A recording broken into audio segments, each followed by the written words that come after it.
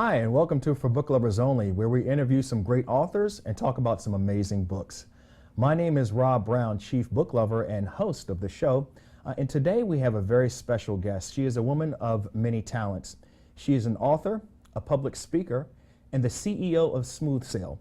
Please welcome to the show, Elinor Stutz. Elinor, thank you so much for being here. Really happy to have you here. Well, thank you, Rob. It's an honor to be here.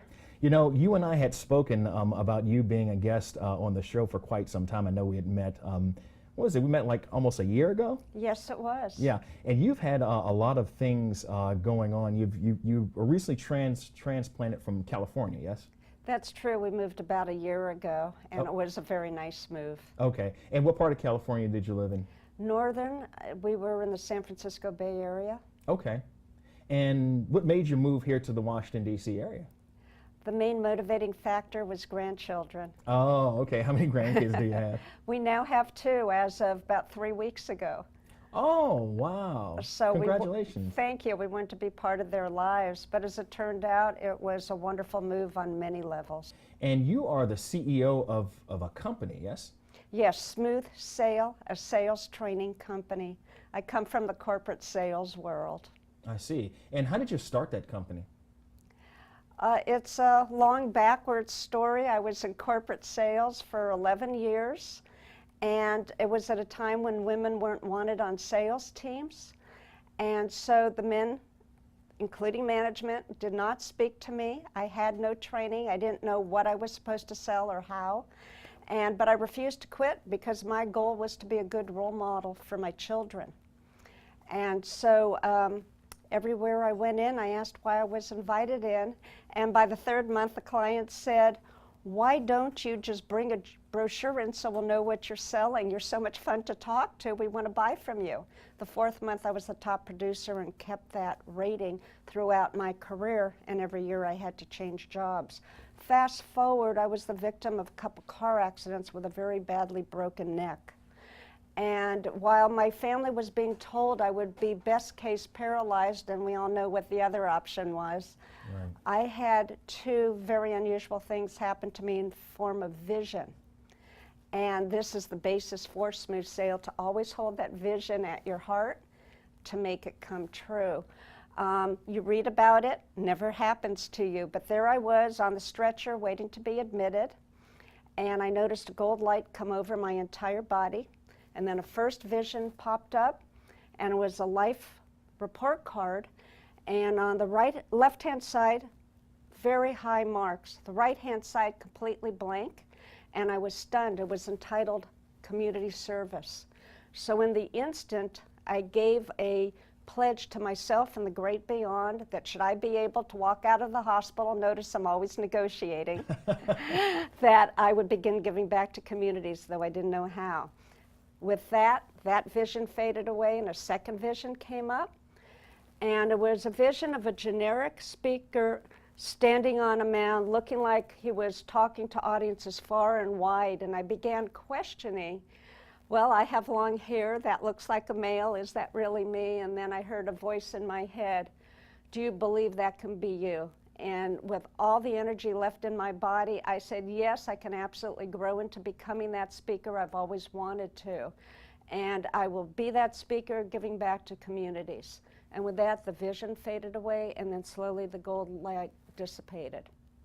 And from that point, I knew I was going to be well, and that I would grow into helping communities and become a speaker, but I didn't know in what capacity.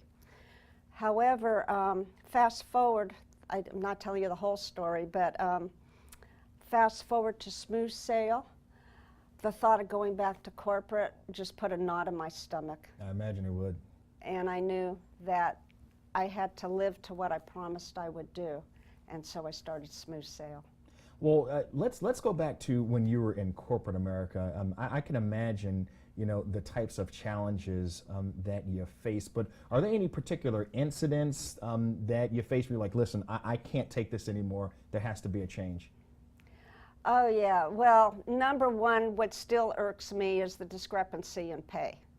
That just drives me insane, because women are in my experience, pay closer attention to detail and make certain, you know, they say it's a downfall of women caring about what other people think and if they like you, but in sales that's critical. It's of the essence. And that's why most women are better producers than the men, factually.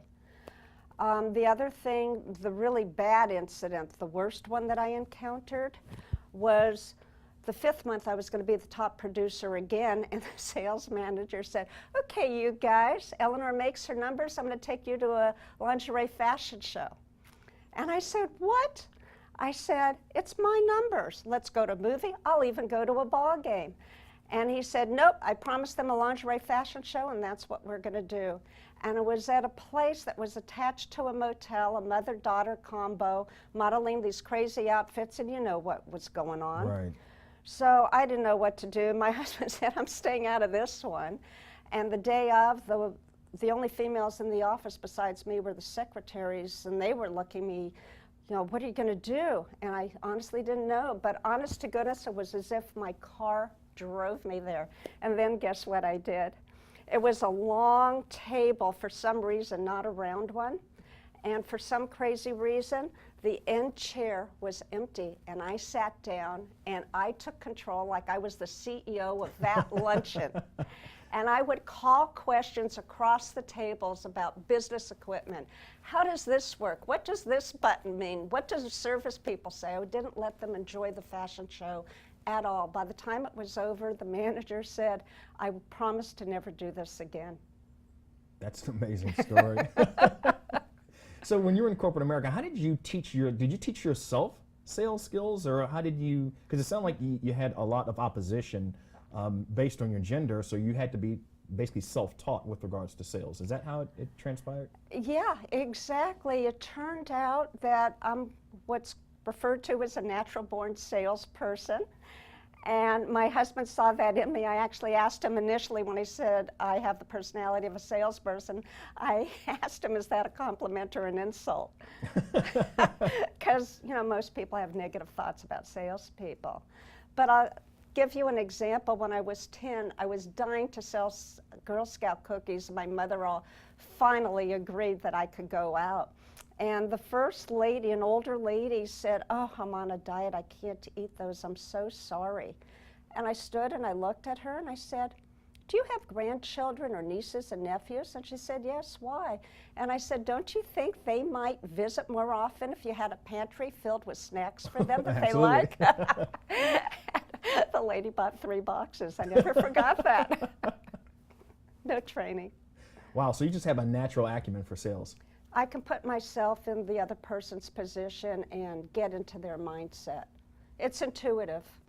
Okay, and intuition is very important, especially in the sales. Oh yeah, it is. The sales arena. Yeah, and you can't teach that. Yeah, you can't. You really can't. And you wrote a book called Nice Girls Do Get the Sale, correct? That's correct, and it's based on my corporate career, all the crazy things that happened. And people told me when they read it that it was laugh out loud funny, but I can tell you when I was going through it, it was anything but funny. And what are some things that you discuss in the book with regards to, you know, nice girls do getting the sale? Like, are there specific lessons that you teach in the book? Yes, most salespeople will talk. I just had that experience yesterday and it drove me insane. Didn't listen to my questions. And I'm the type that actually goes in and I listen. Why did you invite me in today, Rob? What caught your attention? And let the other person speak. And then start asking questions about what they say. And as they take your information in, watch the facial expressions, the body language. And if an eyebrow goes up, stop mid-sentence and ask if they have a question. Let it all get out. And then if you are able to do that, you get the entire picture of what's truly on their mind, where their needs are. And my motto is don't ever sell if it's not going to benefit the other party. Well, that's probably a philosophy that a lot of salespeople really don't adhere to. A lot of them just like, I want to sell you something. I don't care if it helps you or not. I'm going to sell something. But you teach something different. Very different. And I love Twitter, and one of my tweets is, when you walk in integrity, you never have to change your story. Oh, that's great. I love that Thank saying. you. Now, the book is entitled Nice Girls Do Get the Sale, but I assume that men can read the book and get, valuable lessons out of it as well. That's a great question. I was actually horrified when that title came out from the publisher because I thought, oh my goodness, they cut off half the population. But men are reading it and they're retweeting it now. Oh, really? Yeah, I had great results. I actually beat all records. And this is the thing, if you have a book in your mind or an idea of how to proceed with your business, don't let anybody stop you. Statistics are made to be broken. We've all heard how publishing houses say no and it can take 40 to 70 attempts. I've heard these stories. My first attempt writing since college, which was many years ago, first publishing house said yes. And then that book, Nice Girls Do Get the Sale, was featured in Time magazine, translated into 3 languages, and became known as an international bestseller. Oh, that is a remarkable accomplishment. My first attempt. Your first attempt. Wow, that is absolutely remarkable. Congratulations on that. Thank you. So here's one more tip for business people and authors. Write what's in your heart, in your mind, balance it out, and you'll have a great product.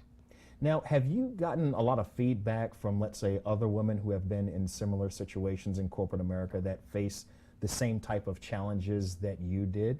Yes, and I'd just like to make a remark about that. When I pressed submit for the manuscript and recognized what I wrote in there and what I put up with, I thought, oh my goodness, what I do, people would think I'm a nutcase. But the opposite turned out. Turned out I became a leader of the pack. And then people who I admired slowly over the years admitted the same treatment was sent their way too. Oh, wow. I guess that's not surprising, though. It sounds like it's a common You always think common it's problem. just me, but Right. that's not true. And that's just your first book. Now you have another book called Hired, correct? Yes. Tell us a little bit about Hired. For years, I kept that promise, and I still do, helping communities. And my way of helping initially was teaching groups of job seekers how to sell themselves on interviews. And my favorite story about that, at one gathering in California, an IT person came up to me like seconds before I was going to get on stage. And he said, I want you to know, I think this is a pile of crap to sell yourself on an interview, and I came just to prove it to myself that that's the case. And I, with a big smile on my face, because I'm used to objections being a salesperson, and Right. I said, thank you for that insight. Would you do me a favor? He said, what's that? Would you please stay till after I finish speaking and let me know if you still believe this is the case? And I said, yes. So after I finished, everybody left. He was still there. We had a nice conversation, and he said, I put my foot in my mouth. This was the best career information I ever heard. Wow. And he put a testimonial on Amazon for me. Amazing. So what type of things does the book Hired teach? I mean, it teaches using sales tactics and sales techniques to sell yourself during an interview. What type of sales tactics can a person use when they're going into an interview? Well, I shouldn't say the whole thing, but a big part of it is to do research first. Understand the company and the people behind it. Understand who the competition is and their management style and how they compare and compete, the advantages, disadvantages, and different types of clientele they each have. And when you go in on an interview, you can say, I did a little research, I saw this, could you explain more about it to me? You are the seller, so you let them do most of the talking. Conversations are two-way. Most people sit there and just answer questions. You really have to sell yourself and understand how you can make a difference being in that position and how you can benefit the client. That's why you need to ask solid questions too. And qualify and match. Go on lots of interviews. Maybe interview with their competitor so they get an insight on the industry and you have more knowledge going into the job you really want. And don't be too anxious to say, yes, I want it. But you have to say, I'm very interested. I have a number of interviews lined up. Should we both decide this is the best fit? When do you believe the start time might be? So it sounds to me like one of the things that the book teaches is that when a person is on an interview for a potential position that they may be qualified for, it's not so much that they should sit there and answer questions. Obviously they should, but they should be, just as apt to ask as many questions as they are to answer the questions, correct? Exactly. So a couple important questions would be, could you describe a typical day in this position? And what might a career path advancement look like? So you get an idea. I mean, am I going to be stuck in this job for 25 years? Should I choose to stay here? Or is there some way of elevating my career path? I see. And what type of feedback have you gotten from hired? I imagine with the way the economy has been in the past few years that a lot of people have probably taken particular notice of this book and the lessons that it teaches. I've gotten so many thank you notes that they were able to land their desired job. It made me feel really good. I keep thinking back to that vision where I made a promise I'd help communities. Amazing. And have you gotten feedback not just from people who are interviewing for positions, but have you gotten feedback from employers that read the book and it's like, hey, you know what, this book is right on point? I have to admit, no, I have not. Well, they probably look at the book and say, hey, she's giving up all of our secrets. I think that's what's going on. And I'll tell you another funny anecdote. When my third job, I was given a personality test, and on it, it asked the question, would you rather drive an ice cream truck or be a kamikaze pilot? And so here's a very important secret. I stopped and I looked at that question for 5 minutes. Obviously, I don't want to kill myself. right. And I'm not that daring, somewhat daring. But driving an ice cream truck after a couple days would be pretty darn boring. And I started thinking about the job. I put myself mentally and visually in the position I was applying for, Right. and that's what applicants need to do. You have to take risks to get into the bigger companies, to make the bigger sales, get those bonuses. And so I put kamikaze pilot. Oh.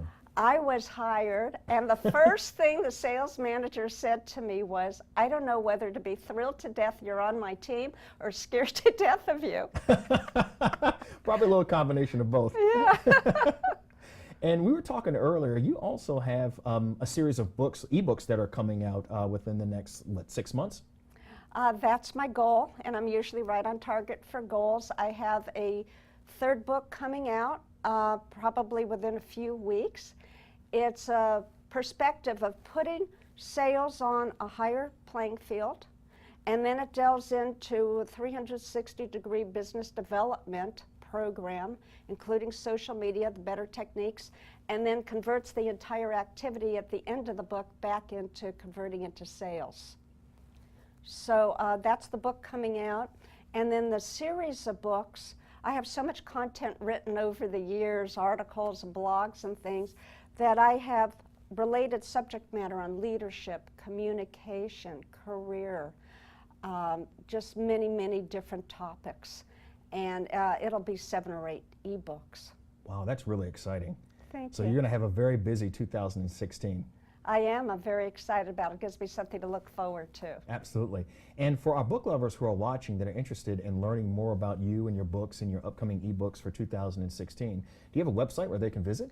I do, thank you. It's smoothsale.net, and it's spelled SMOOTHSALE.net. Great. Elinor, thank you so much for being our guest here today. I'm really happy to see you. It's always good and always a pleasure to spend some time with you, and look forward to you stopping by and visiting us again soon. I look forward to it, Robin. Thank you for having me as your guest today. It was a pleasure. Absolutely. And thank you for watching today for Book Lovers Only. If you want to learn more about Elinor Stutz and her books and maybe get a copy, please visit www.forbookloversonly.com. And while you're there, you can get on our mailing list. Also, be sure to visit The Village at www.villageconnector.com. My name is Rob Brown, your host and chief book lover here at For Book Lovers Only. We'll see you next time, and remember, if you love books, we have a home for you. Take care.